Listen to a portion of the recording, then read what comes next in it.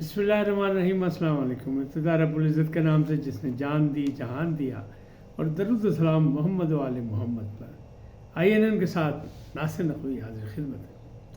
ناظرین، بہت سی خبریں، بڑی دلچسپ خبریں، ساتھ دیجیے گا۔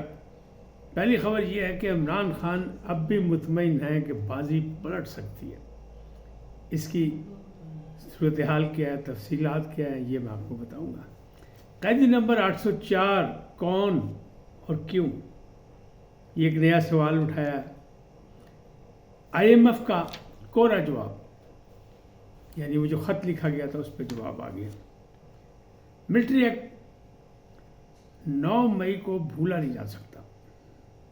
محسن اسپیڈ کام آ گئی اور محسن صاحب ترقی کی راہ پر گامزن ہو گئے۔ آصف زرداری بنیں گے ملکہ وکٹوریہ۔ اب معاملات کس طرف جا رہے ہیں، کیا ہو رہا ہے، کیا نہیں ہو رہا، لیکن اس میں ایک بہت بڑا جو واقعہ تھا آج کا، وہ یہ ہے کہ شریف گورنر نے بڑا دھماکہ کر دیا۔ ان تمام تفصیلات سے آپ کو آگاہ کروں گا، لیکن پہلے آپ سے گزارش کہ INN کو سبسکرائب کریں، لائک کریں اور گھنٹی کا بٹن دبانا نہ بھولیں، اپنی قیمتی رائے کا اظہار بھی کریں۔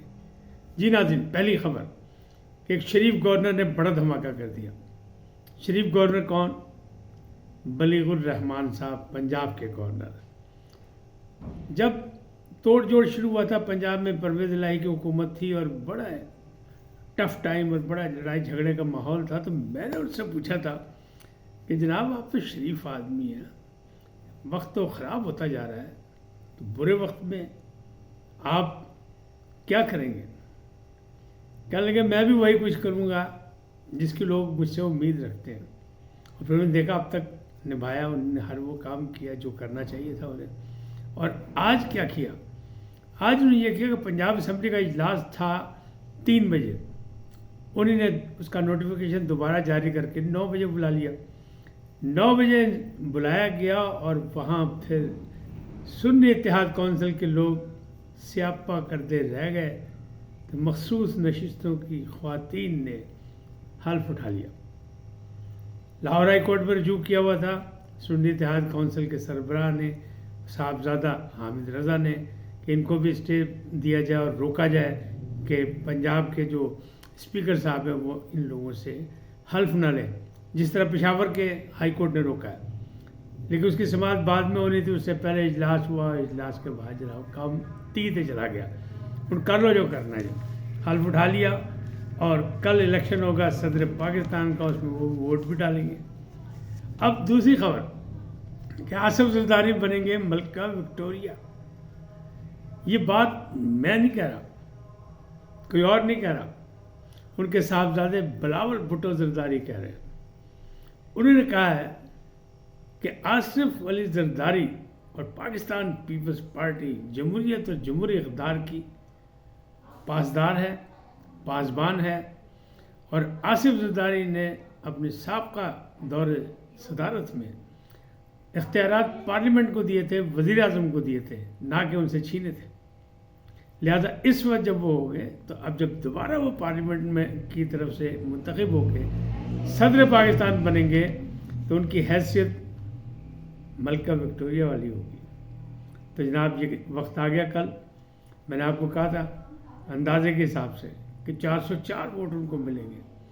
اب تک جو باقاعدہ سرکاری گنتی بتائی جا رہی ہے، گزشتہ روزے کا شائع ہوا تھا، اس میں بھی یہ چیزیں سامنے آئیں، تو اس میں 450 کہا جا رہا ہے، لیکن ابھی چل رہا ہے کام۔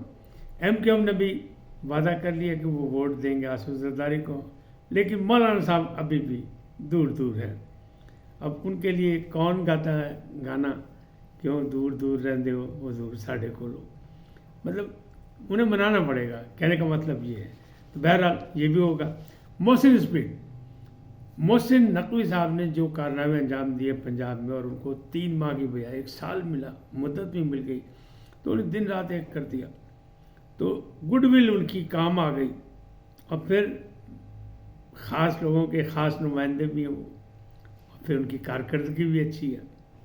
تو اب خبر یہ پکی ہو گئی ہے کہ وہ موجودہ حکومت میں وزیر داخلہ بنیں گے۔ اب آپ کہیں گے کہ وہ تو منتخب ہی نہیں ہوئے، تو کیسے بنیں گے؟ تو جناب سینٹ کا الیکشن ہونے والا ہے اور کوئی بھی عبوری طور پہ وزیر بن سکتا ہے، جیسے کہ شوکت ترین کو بنایا گیا تھا، بعد میں وہ سینیٹر بن گئے تھے. تو پتہ یہی لگا ہے کہ محسن نقوی صاحب مسلم لیگ نون کی طرف سے سینیٹر بنیں گے اور سینیٹر کی حیثیت سے وہ پھر کنفرم ہو جائیں گے وزیر داخلہ. اور میں نے پہلے بھی آپ کو ولاگ میں خبر دی تھی کہ 2-3 اور پیارے ہیں، عمر سیف ہیں، گور اعجاز ہیں، مطلب کارکردگی کی بنیاد. اور اب ایک اور آ گئے ہیں محمد اورنگزیب صاحب، وہ جو رمدے ہیں، یعنی وہ بھی خاص خاندان سے تعلق رکھتے ہیں لیکن بینکر ہیں، تو ان کو بھی وزیر خزانہ بنایا جا رہا ہے اور وہ بھی پھر اسی طرح ہوگا. تو جو اسحاق ڈار کی باتیں تھیں وہ تو ہوگی پرانی باتیں.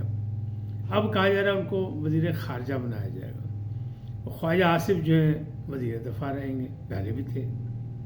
تو یہ معاملات اس طرح ہوتے رہتے ہیں، اتار چڑھاؤ سیاست میں ہوتا رہتا ہے. اور یہ ساری چیزیں جو ہیں کنفرمیشن کے ساتھ جب بھی ہوتی ہے جب یہ سامنے مکمل ہو کے آ جاتی ہیں. چند دن کی بات ہے، اب کیبنٹ بننے والی ہے، صدر کل بن جائیں گے، پھر نئی کیبنٹ آ جائے گی سامنے اور وہ حل بھی اٹھا لیں گے. بہرحال اس سے آگے بات چلتے ہیں تو وہ یہ ہے کہ قیدی نمبر 804 کون اور کیوں. کون سے مراد یہ ہے کہ حقیقی قیدی نمبر 804 کون ہے. پرویز سندھیلا صاحب ہیں، ویلاگر، انہوں نے یہ خبر دی ہے کہ جناب قیدی نمبر 804 تو مافیا کا ایک نمائندہ ہے جو چرس افیم یہ وہ سب بیچتا ہے اور قید میں ہے، اس کا نمبر ہے 804. تو پھر سوال یہ ہوتا ہے کون پہ، تو یہ بات آ گئی کہ وہ ہے جو مافیا کا نمائندہ ہے. اور کیوں ہے، یعنی کیوں میں نے کہا تو کیوں کہ عمران خان کو یہ کیوں نمبر پسند آیا، ان کے چاہنے والوں کو کیوں پسند آیا، اور انہوں نے اتنی اس کی تشہیر کی کہ ان کا اصلی نمبر کسی کو پتہ ہی نہیں. پرویز سندھیلا نے یہ بھی خبر دی ہے کہ ان کا نمبر ہے 595 اور شاہ محمود قریشی جو وائس چیئرمین ہے پی ٹی آئی کے پہلے مطلب سابق، ان کا ہے 596. لیکن سوالیہ نشان یہ ہے کہ جناب کھلاڑیوں 804 کو پسند آیا. بہرحال اس کے پیچھے بھی کوئی راز ہوگا، ہو سکتا ہے بشرا بی بی نے کوئی عدد و شمار بتائے ہوں اس طرح کر کے. لیکن بہرحال آپ یہ سوچیں کہ حقیقت کیا ہے اور کس طرح اس کو کیا، کوئی مانے گا بھی نہیں کہ قیدی نمبر 595 عمران خان ہے.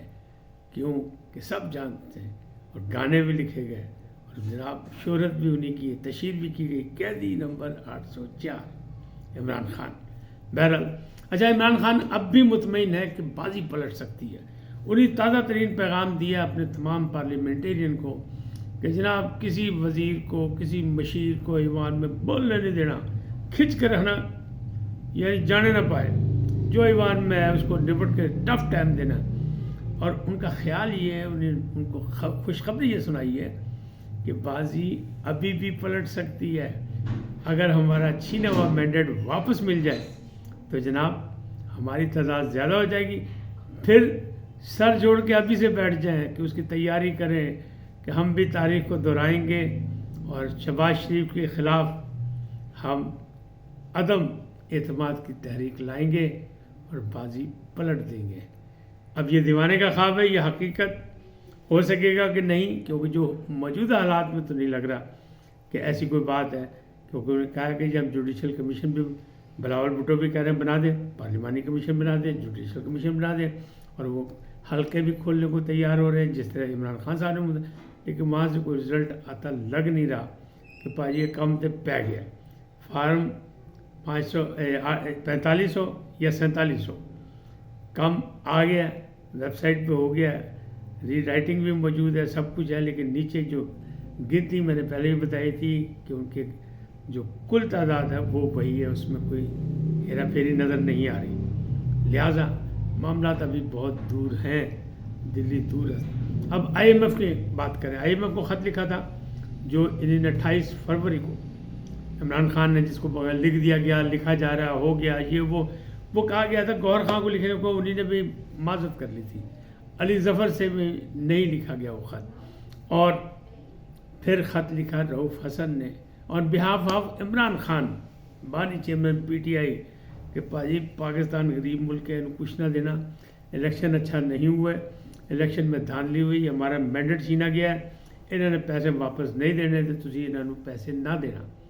تو جناب وہاں سے جواب آ گیا، یعنی کیا جواب آیا؟ آئی ایم ایف کے نمائندے نے یہ کہا کہ خط لکھ دیا کہ جناب خط اسی تانوں اخلاقاً واپس بھیج رہے ہیں، ورنہ ضرورت اس کی بھی نہیں ہے، ہم نے وہ اعلیٰ آپ کا خط ٹوکری میں ڈال دیا گیا ردی کی۔ اب آپ کو اطلاع دے رہے ہیں کہ ہمارا کام ہے صرف معاشی صورتحال میں معاونت کرنا، ہم معاونت کر کے استحکام دینے کی کوشش کرتے ہیں، پاکستان کو ہم استحکام دینا چاہتے ہیں، معاشی صورتحال بہتر کرنا چاہتے ہیں، اگر مملکت چاہے گی تو ہم اس کے ساتھ معاہدہ کریں گے اور اپنے رولز اینڈ ریگولیشن کے مطابق، ہم کسی کے پابند نہیں، نہ ہم کسی سیاسی طور پہ مداخلت کرتے ہیں، نہ ہم کسی مملکت میں کسی اور قسم کی مداخلت کرتے ہیں، تباہ زبائی کرتے ہیں، لہذا بھائی معافی لو، ساڑھے بولے صاف کوڑا جواب، یعنی ایسی کچھ نہیں کر سکتے۔ تو بھائی یہ تو ہوگی مسئلہ، یہ بھی ختم ہوگی بات۔ اب یہ معاملہ جب اس طرح سامنے الجھے آگے پیچھے ہو کے آتے ہیں، تب بھی اگر یہ یقین رکھا جائے کہ بازی پلٹ جائے گی، لگتا نہیں بازی پلٹے گی، کیونکہ 9 مئی والوں کے لیے کوئی گنجائش نہیں ہے، ان کو بھی ابھی حساب میں۔ اب وہ 9 مئی والے کون سے ہیں؟ جو ابھی جیل میں وہ ہیں، یا جو روپوش ہیں وہ ہیں، یا جو باہر ہیں ضمانتیں کرا کے اب پارلیمنٹ میں چلے گئے یا حکومتوں میں آ گئے وہ ہیں، ان کا بھی نشان لگنا ہے۔ تو اس کے لیے کہا جا رہا ہے کہ ملٹری ایکٹ میں کچھ ابھی پرابلم ہے، ابہام موجود ہے، لہٰذا اب 2/3 اکثریت ہو چکی ہے پارلیمنٹ میں، لہٰذا اس میں بھی ترمیم ہوگی اور پھر جناب تیزی آ جائے گی اور فیصلے آن گے۔ آج اتنا ہی، پھر ملیں گے نئے موضوع کے ساتھ۔ جاتے جاتے آپ سے درخواست کہ آئین کو سبسکرائب کریں، لائک کریں، گھنٹی کا بٹن دبانا نہ بھولیں اور اپنی قیمتی رائے کا اظہار اپنی شخصیت کے مطابق کریں۔ سدا سلامت رہیں، اللہ نگہبان۔